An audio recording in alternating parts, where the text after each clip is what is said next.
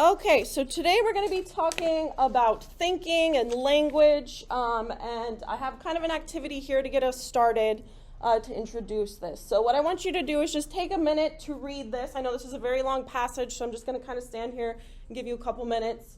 And I want you to just read this passage.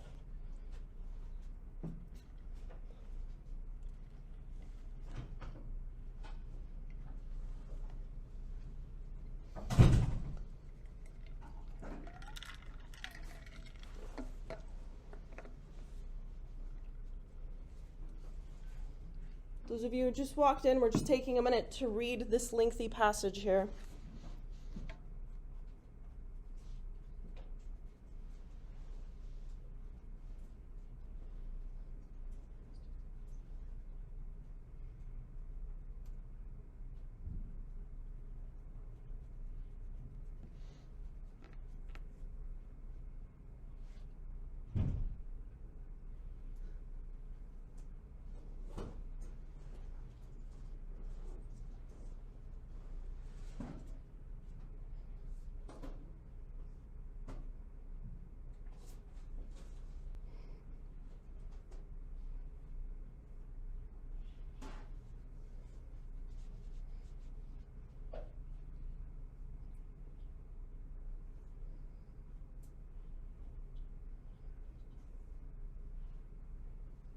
All right, it's okay if you haven't finished the entire thing, but does anybody have any guesses as to what this passage is talking about?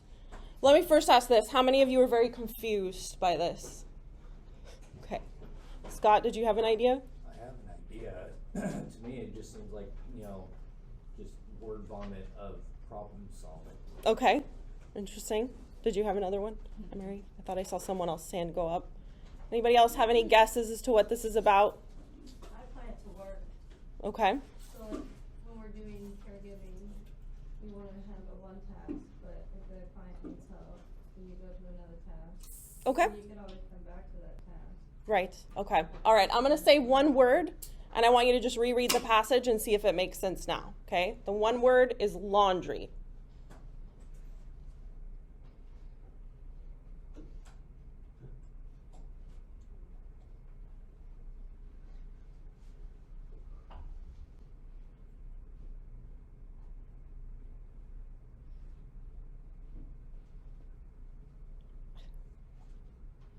I see some head nods. So I'm guessing just that one word made this whole passage make sense, right? So this passage was intentionally written to be extremely vague. This is a passage that was used in a study looking at schemas, which is going to be one of the first things that we talk about. So today we're going to talk about schemas and language first, and then depending on how much time we have, we'll also be talking a little bit about problem solving and intelligence today as well. Oh, I'll also remind you, as usual, PowerPoints are on Canvas. There is also the class notebook available, and I went in and put the outline as usual, so feel free to fill that out if any of you are so inclined. So some of the main things I want you to take away from today. First, like I said, we're going to talk about schemas, and if you've never heard that word before, don't worry, I'll tell you what it means in just a minute. But kind of one of the main things I want you to take away is that schemas help us process information, but they can also sometimes lead to errors, which we'll talk about in just a second. And then we're also going to talk quite a bit about language. Language is a very complex behavior that humans excel in. One of the things we will talk about is other species' language abilities or communication abilities, and how that kind of compares and contrasts with humans.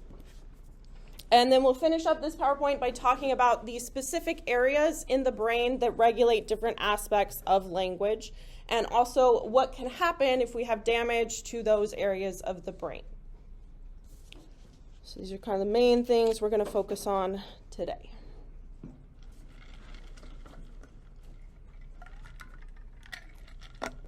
All right, so let's start with schemas.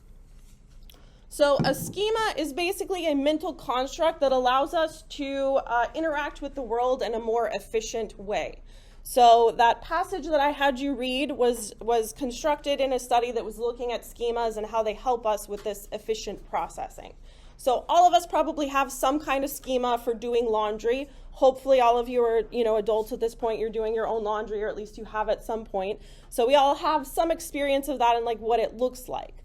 So based on that previous information, all the times we've done laundry ourselves, or we've watched other people do it, or we've seen people do it in movies or whatever, we form this concept of laundry. And once that schema is activated, it really helps us to fill in any gaps in information that we don't have in the current situation. So again, that passage was written to be extremely vague. There's all kinds of very vague language. There's lots of gaps in like what, your knowledge would be just from reading that. But as soon as that schema of laundry is activated, you have all this prior experience, memories, etc., that you can bring to that passage to help you understand it. There's several different kinds of schemas. One kind of schema is what's called a role schema. A role schema is basically these concepts that we have about other people's behaviors based on the role that they're taking. So, I'm an instructor. That's a role that I'm serving. All of you probably have some schema of what an instructor should be doing. If I walked in here in like a bikini or something and I just started, singing a song or, something like that, that would not fit your schema of what the role of an instructor is, and you would probably think I was a weirdo, which would be completely appropriate, right? So anytime we're interacting with another person, as soon as any of those roles are activated, that gives us all this information about what we should expect this person to be doing, how we should be interacting with them, etc. Another type of schema is what's called a script. A script tells us basically how a particular event should unfold. So, we can kind of test this. So let's say you walk into a restaurant, like a decent, nice sit-down restaurant. What's the first thing that you expect to happen when you walk into the door? Yeah, you're going to be greeted by a hostess who's going to probably see like how many people are in your party. And then what? Take you to a table. Probably going to give you menus, right? Then they're going to ask your drink order first, going to ask if you want appetizers. They're going to come back and ask your food order, right? So we have this kind of script that we expect to play out. And because we have that script, it makes the whole interaction so much easier. When I walk into the restaurant, I know exactly what's going to happen, so I don't have to be told like every single little detail of how I should behave. Sometimes our schemas are incorrect or they don't apply to a particular situation. A few years ago, I was in Korea. My brother was living there for like a year and a half, and I went there to visit him. And we went into a restaurant there, and the way that they do things there is kind of different. So they did have a hostess that greeted us and sat us down. But then when you order food, they have like a little oven thing in the center, like a stove burner thing, that they bring the food out, and you're expected to cook it yourself, which is very different from how most restaurants do things here. And I didn't know that. My brother didn't know that. The waitress didn't speak English. We didn't speak Korean. So there's this whole like mismatch in our schemas, mismatch in language. And so the waitress ended up getting kind of frustrated with us and started cooking it herself, even though we were supposed to be cooking it. So, sometimes our schemas can lead us astray if things don't match up with what we have in our head, kind of the expectations. So role schemas are about people. Scripts are kind of about how particular events should unfold. And then we also have frames that basically tell us, the properties of different objects. So like I know a building should have doors and windows and maybe staircases, and it's going to have ceilings and walls and floors. So all those properties that we ascribe to a particular object, those are called frames. All right, so like I said, we already talked about how schemas are very helpful. They let us interact with the world much more efficiently, but they can also lead to all kinds of incorrect assumptions, and they can also disrupt our memories in interesting ways. So we talked, last week about memories. We talked a little bit about some of the issues you can have, like forgetting. We'll talk a little bit more about that on Thursday with an activity we have. But sometimes, often when we have gaps in our memories, we fill them in with a schema. So if I asked you about a restaurant you went to a month ago, you might remember some of the specific details. Like if you ate a really, really amazing dish you've never had before, you might remember what that food was. You might remember who you were with. So there's some specific details you're going to remember, but the rest of it, your brain's just going to kind of fill in with all this schema information. You're going to know, okay, well, I was at a restaurant, so there must have been a hostess, there must have been a waitress. So even if you don't remember those things specifically, your brain can kind of just fill in the rest of the details with that information. And schemas are helpful because most of the time they're correct, but a lot of times they're not, right? And so when we're filling in those memories, that might lead to some inaccuracies. Can you guys think of any other ways that schemas could maybe lead us to some incorrect assumptions? Maybe some more nefarious ways? Yes, Scott. Either one. Go. Is this related to general stereotypes with like cultural or racial ones where we see certain things in certain scenarios or in media or whatnot, and then that image that we then end up applying under a judgment in real life? Yes, exactly. Yeah. So definitely, I think that would probably maybe fit into role schemas a little bit. Like if we interact with another person, or maybe we've never interacted with a person that's different from us in some way, religiously, racially, gender-wise, all the things we could list off. If your only perception of people different from you comes from something like movies or TV shows, then your schema is built entirely around that. And because, movies and TV shows obviously are not real, then that schema is obviously going to have all kinds of faults and misperceptions in it that can lead to tons of issues that it does lead to, pretty obviously in our entire society. So schemas have very large impacts on how we interact with each other and with the world. Did you have another one, Scott? Yeah, I was going to say,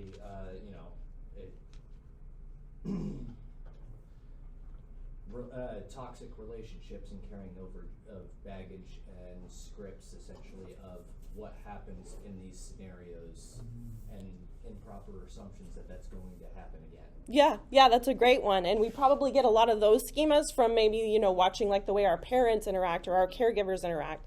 So if you're raised in an environment where maybe that relationship wasn't the best, then you're going to carry those schemas over into your adult relationships. And yeah, that can have all kinds of issues and impacts. So schemas, in a way, they're kind of these simple concepts, but they have very large impacts on all of our perceptions, on all the things that we do in our day-to-day lives. All right. Any other questions or comments about schemas before we move on to language? Okay. So schemas and language, they're kind of, there's a lot of overlap there because our schemas are, sort of based around our perception of different meanings of words and things like that. So there's quite a bit of overlap here between them. But so first let's start, as I think I've kind of have a pattern now of doing this to you guys of like, you guys give me a definition of what this is. So if any of you could define for me, what is language? It's again one of those concepts, we all use it, we kind of know what it is, but if you had to give me like a dictionary definition, how would you define language?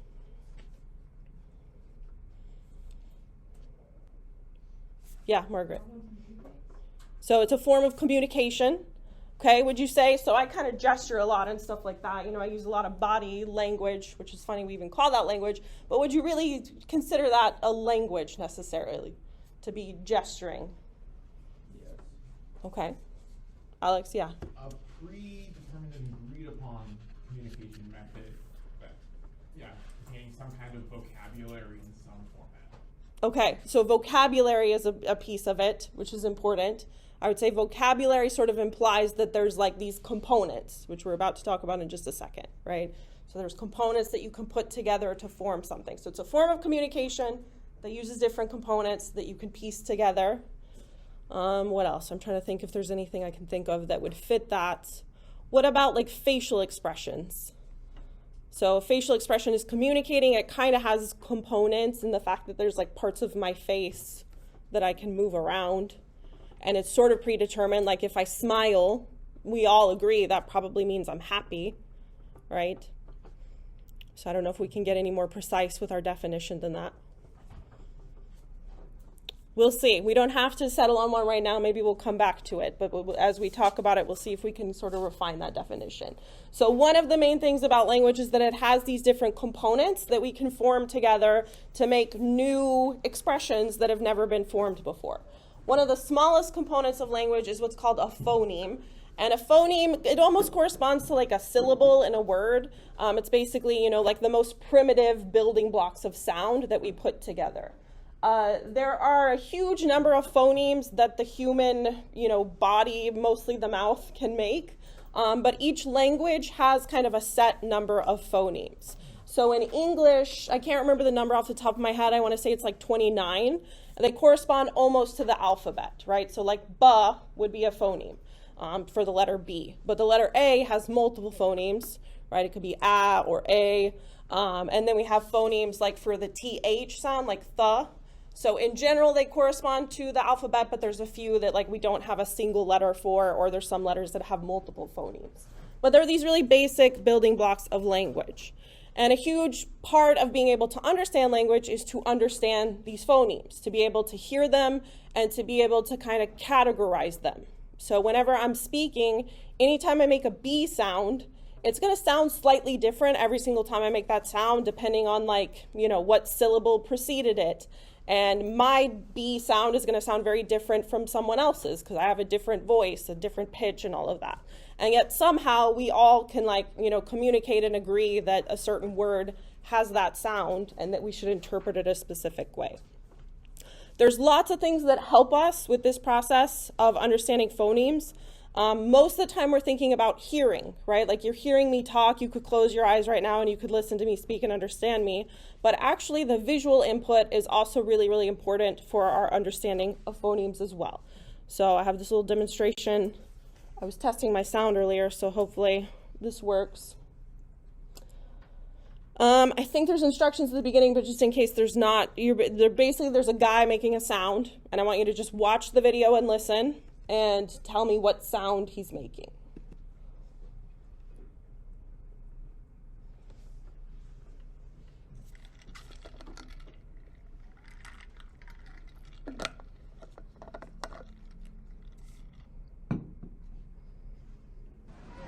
Ba, ba, ba, ba, ba, ba.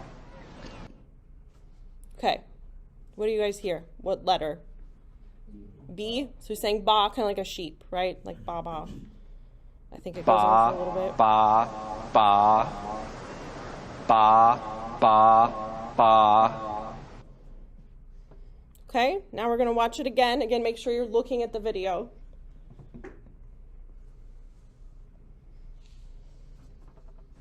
Ba, ba, ba, ba, ba, ba, ba.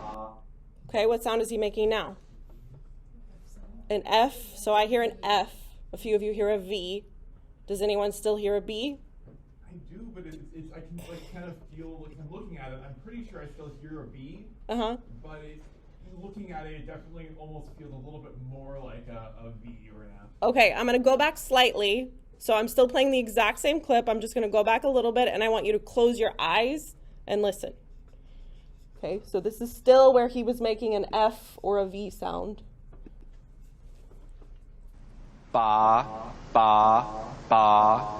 And if you want, Ba, you can go back and ba, forth. Open your eyes, look, ba, close your eyes, and listen. Ba, ba, ba, ba, ba, ba. All right, so what is happening here? I think it describes it here, but basically what's happening is the sound is identical from the first part to the second part. Okay, so in both, the sound that they recorded was a B sound. In the first part, the video matches the sound. So they made a video of the guy saying ba, and when you say ba, you put your lips together and then you release them, right? In the second part, the video does not match the sound. So let's play the second part, and I want you to look really closely at his mouth. Ba. So he's not making ba, he's doing fa. So he's kind of putting like his lip up to his teeth, or maybe even his tongue back there. So what your brain is doing, it's combining the visual information and the sound information, and they conflict, so your brain then has to make a decision of like, is this person saying ba or fa? Because it sounds like ba, but it looks like fa. And so your brain makes a choice, and then you hear what you hear, basically. So our understanding of phonemes doesn't just come from the sound, it comes from that visual aspect. I can't remember if it was this class or my Monday class. Someone who is like a speech pathologist mentioned that like kids who have been wearing masks have difficulty learning something about language. Was that in this one or was that in my Monday section? Does that sound familiar to you at all? So like, during the pandemic, everyone's been wearing masks. It's really important, we'll talk about this more in a second, that kids be exposed to some of these stimuli at very specific times. So if you want a child to learn language, they need to be exposed to it, in their early childhood. And if they're not, then it can lead to all kinds of issues. So if you think about the fact that everyone's face has been covered up for 2 years, kids, don't have that opportunity to see the mouth movements whenever someone is talking, which might then make it more difficult for them to learn how to understand these different phonemes. So, visual information is very important. Another piece of information that helps us with phonemes is just the context. So again, I'm going to play this sound. I can't remember what order I have it in. The state governors met with their respective legislatures convening in the capital city. The state governors met with their respective legislatures convening in the capital city. Okay. Oh no. I skipped, and as soon as I go forward, if I go back, it's going to stop recording, so we'll just talk about it. So I don't know if you heard it, but basically in that clip, they removed the S and the word legislatures. So it just took that out. If I go back, it'll stop recording, but maybe we'll play with it at the end of class if I have time. But if I were to go back, there's another version where basically the person coughs whenever there's that blank there. So they say legislatures, and during the S, they make sort of a coughing sound. And what you would have heard, you would hear that S sound even though it's not there. So your brain sort of fills in, especially whenever there's like noise, in the environment. So the context of knowing that it's the word legislature and then having some kind of noise input basically lets your brain decide, like, okay, there should be an S here, so I'm going to hear an S even though it's not actually there. So visual input, context, all of those things are very helpful in sort of figuring out the phonemes. So phonemes, very basic building blocks, and then we put those together kind of like Legos to build up morphemes and then eventually to build up, entire sentences. Morphemes are basically the smallest components of language that have meaning, and so every word would be considered a morpheme, but then also things like RE, or ED, or ING, like these pieces that we put, at the ends of words to kind of change up their meaning, to make them a different tense, to change them, into sort of their grammatical context, would also be considered morphemes. So phonemes are the really small building blocks that are basically just sounds, and then morphemes are the smallest components that have meaning. Syntax is then the way that we arrange words to form sentences and, paragraphs and things like that. So the rules of grammar would fall under syntax, like the fact that you have to have, a noun and a verb in a sentence, and they have to follow a particular order. But also even like social rules would be a part of syntax as well. Or like learning, you all have to learn MLA style or APA style to write. That would also be considered syntax. So it's kind of the social rules that we've decided. This is how we're going to put words together to make sentences and things that make sense. So language has all these different components. I've said it quite a few times basically, but it's also combinatory. So that's this idea that you can take different little pieces, you can put them together in basically an infinite number of combinations. So theoretically, there's an infinite number of sentences that we could speak, even though we're working with all these just like little tiny building blocks. Another key aspect of language is that it's very metaphorical. So, every word that I say is almost like a metaphor that's representing something else.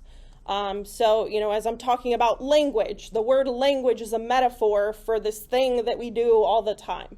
If I say chair, right, I could talk right now about something that isn't even in this room. I could say, we could have a conversation about the beach. And me saying the word beach is almost like a metaphor that represents this thing that is very different from the actual word beach, right? Like me saying beach doesn't suddenly make a beach exist, and yet in your brain it kind of does. It sort of pulls up, again, all those schemas and concepts and ideas that we have. So language is sort of this way of using metaphor to make you think about something that isn't here, in this present space or present time. Does that make sense? Okay. Let's see. Another aspect of language is that it can often be very ambiguous. And so we have to, again, sort of use context and different things to kind of figure out like what people mean. And this can often result in errors and, misinterpretations. One example of this are these types of sentences called garden path sentences. So a garden path sentence is where the first word or couple of words sort of lead your brain in one direction, but then the sentence is actually going in a completely different direction, and you have to kind of resolve that. So here's just some examples of this. We don't have to do all of them, but we'll go through a few of them.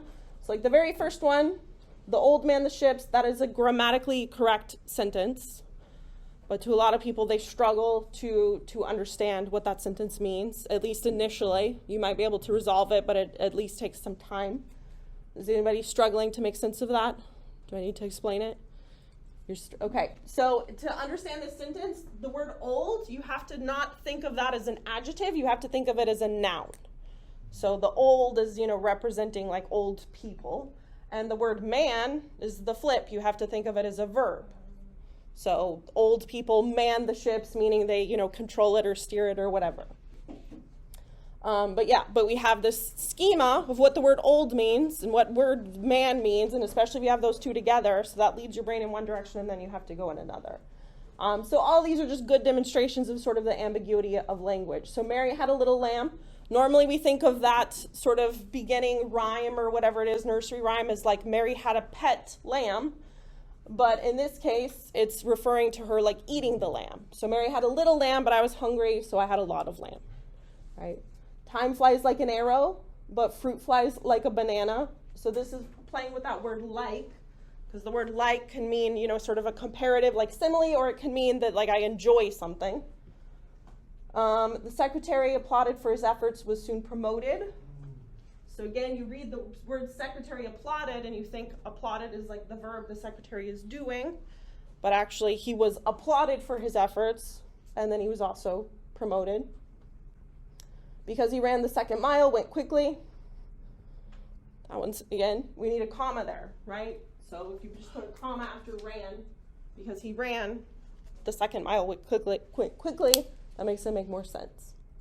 So this, this kind of gets at syntax a little bit, like, our social norms and rules tell us that maybe writing sentences like this, unless you're intentionally trying to be like playful, then you should maybe rephrase them a little bit so that they're more clear to your audience so that they make sense, even though they're all grammatically correct.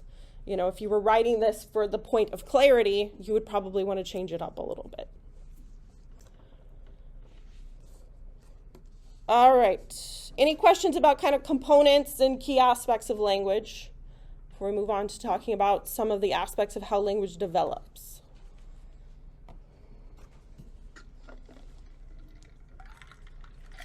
I don't know if this is a little bit off topic, but kind of on this idea of these really like these sentences where you reuse or use different words in ways you don't usually. Mm-hmm. You know the concept of, I think there's this thing I've heard before where police is a sentence. Police. Yes, police. I've heard the buffalo one. Yeah. And the buffalo one makes my brain hurt, but I figured it out. At some point, it's like buffalo. There's a certain number of buffaloes, and that is actually a grammatical sentence, because there's like buffalo the city, there's buffalo the animal, and then I guess the word buffalo is a verb, which I didn't know, that I think means kind of like bully. So it's like trying to say that the buffaloes from Buffalo, New York are bullying other buffaloes, but it's like, yes. So I've heard of something similar, but not with police. But I could see how that could work, because it's like we have all these words that function as both a noun and a verb, and sometimes also as maybe an adjective or something else. So if you just put them all together, then you can make these really weird sentences that make no sense. But they do make sense. So there's probably a word for that, and I don't know what it is.